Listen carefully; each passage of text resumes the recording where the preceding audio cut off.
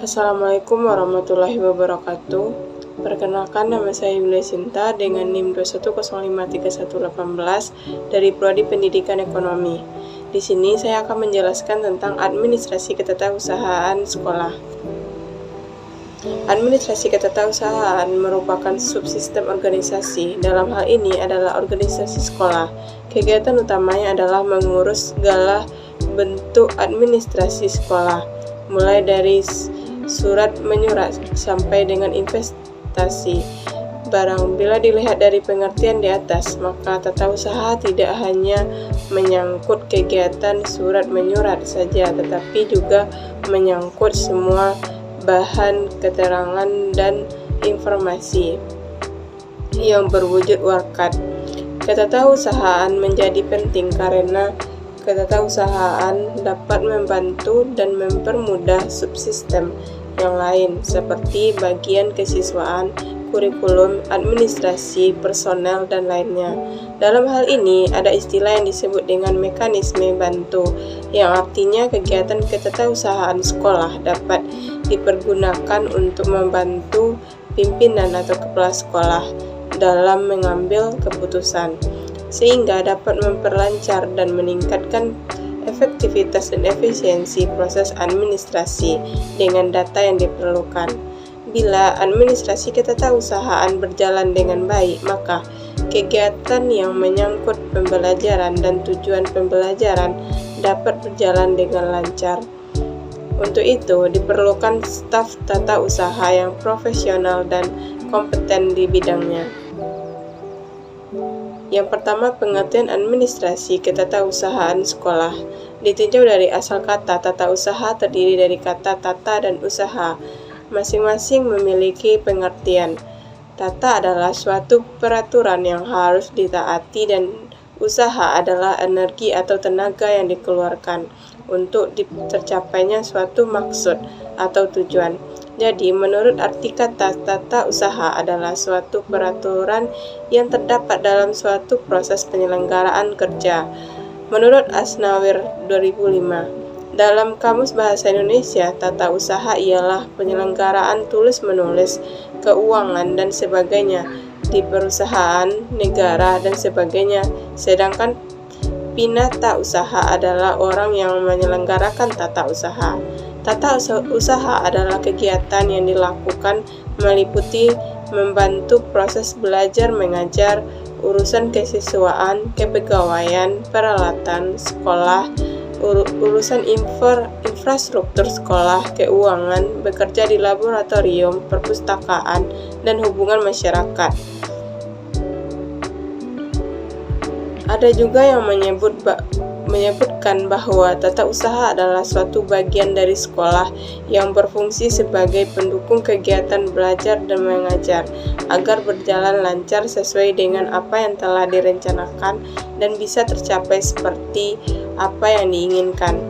Menurut De Liang-Gie, segenap rangkaian aktivitas menghimpun, mencatat, mengelola, mengganda, dan mengirim dan menyimpan keterangan-keterangan yang diperlukan dalam setiap organisasi. Menurut De Liang-Gie, ketetausahaan meliputi yang pertama, menghimpun, yaitu kegiatan mencari dan mengusahakan yang tersedianya segala keterangan yang terjadi, belum ada atau berserakan di mana-mana sehingga siap dipergunakan bila mana diperlukan. Yang kedua, mencatat, yaitu meliputi kegiatan membukukan dengan berbagai alat tulis-menulis mengenai keterangan-keterangan yang diperlukan, sehingga terwujudlah tulisan-tulisan yang dapat dibaca, dikirim, dan disimpan. Yang ketiga, mengelola, yaitu bermacam-macam kegiatan mengerjakan keterangan-keterangan dengan maksud menyajikan dalam bentuk yang lebih berguna atau lebih jelas untuk dipakai. Yang keempat, menggandakan, yaitu kegiatan memperbanyak dengan berbagai cara dan alat sebanyak jumlah yang diperlukan.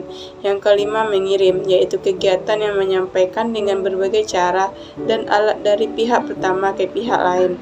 Yang keenam, menyimpan, yaitu kegiatan menaruh dengan berbagai cara dan alat di tempat tertentu yang aman Ada 3 peranan pokok kegiatan ketatausahaan, yaitu yang pertama, melayani pelaksanaan pekerjaan-pekerjaan operatif untuk mencapai tujuan organisasi.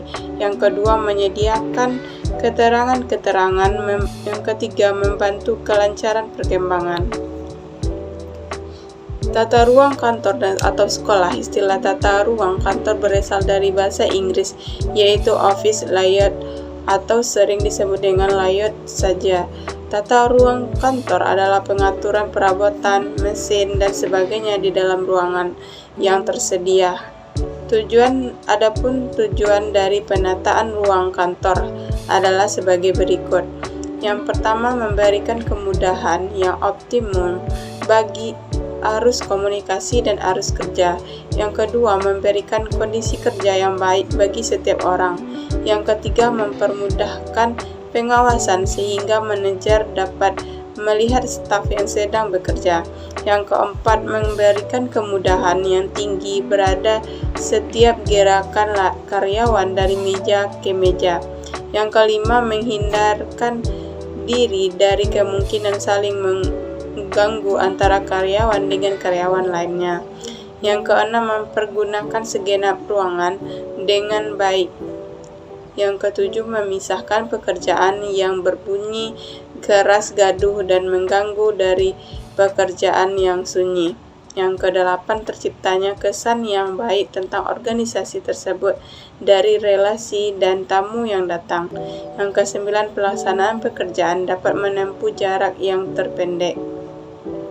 Selanjutnya, azas tata ruang kantor sekolah. Yang pertama, azas jarak terpendek, yakni proses tata ruang yang baik memungkinkan penyelesaian sesuatu pekerjaan kantor menempuh jarak sependek-pendeknya, yakni 2 titik yang dihubungkan dengan garis lurus. Dalam hal ini, titik diartikan meja tugas pegawai dan titik-titik satunya meja tugas pegawai lainnya. Staf persuratan arsip bertugas menerima surat masuk, mengandalkan surat masuk dan keluar, mengarsipkan surat masuk dan keluar. Pada posisi tengah ditempati oleh staf urusan kesiswaan yang perlengkapan yang bertanggung jawab terhadap buku induk siswa, administrasi kesiswaan, perlengkapan, dan barang sekolah.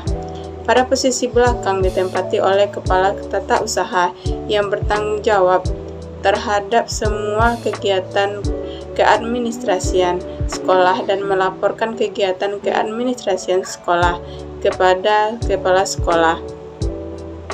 Yang kedua, azas rangkaian kerja tata usaha.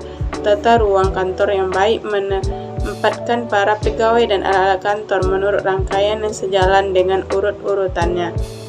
Penyelesaian pekerjaan yang harus bersangkutan, proses pekerjaan yang harus bergerak maju dan bukan bergerak mundur atau menyilang. Yang ketiga, azas segenap ruangan. Tata ruang kantor yang baik mempergunakan semaksimal mungkin ruangan yang ada sehingga tidak ada ruangan yang dibiarkan tidak terpakai. Hendaknya di sekolah ini memiliki cukup ruang untuk aktivitas kantor sehingga dapat memperlancar pekerjaan kantor. Selanjutnya yang keempat, asas perubahan susunan tempat kerja. Penyusunan tata ruang kantor yang baik memungkinkan diadakannya perubahan dengan mudah atau disusun kembali tanpa banyak menelan biaya waktu dan proses pekerjaan yang sedang berjalan. Jadi, tata ruang kantor bersifat fleksibel dan tidak bersifat permanen. Yang kelima, lingkungan fisik. Lembaga pendidikan hendaknya memperhatikan lingkungan fisik dalam kantor. Kenyamanan dan keamanan dalam bekerja dapat menghemat pengeluaran dan tenaga sebab pegawai menjadi lebih energik dan sehat, yang secara tidak langsung dapat mempengaruhi pikiran mereka untuk menciptakan ide atau gagasan inovasi baru untuk kemajuan lembaga. Selanjutnya, pedoman letak kantor sebagai tempat diselenggarakannya pekerjaan tata usaha. Di dalamnya terdapat pegawai, perabot kantor, mesin kantor, dan alat-alat kantor. karena kantor berfungsi sebagai tempat diselenggarakannya aktivitas kantor, maka penataan yang dilakukan harus diperhatikan untuk kelancaran proses aktivitas kantor dilakukan. Yang C. Peran guru dalam administrasi ketatausahaan sekolah. Telah dikatakan di depan bahwa administrasi tata usaha adalah kegiatan melakukan pencatatan untuk segala sesuatu yang terjadi di sekolah untuk digunakan sebagai bahan keterangan bagi pimpinan. Telah disebutkan pula bahwa tugas utama guru yaitu mengelola proses belajar mengajar di sekolah. Sekolah merupakan subsistem pendidikan nasional dan di samping sekolah, sistem pendidikan nasional itu juga mempunyai komponen-komponen lainnya. Guru juga harus memahami apa yang terjadi di lingkungan kerjanya. Selain itu, peran guru dalam administrasi ketatausahaan sekolah yaitu yang pertama terlibat secara langsung atau tidak langsung dalam memberi layanan. Yang B. Menghimpun, mencatat, mengelola, mengadakan, mengirim, dan menyimpan, serta menemukan kembali berbagai keterangan yang berkenaan maupun yang menunjang penyelenggaraan dan pendidikan di sekolah.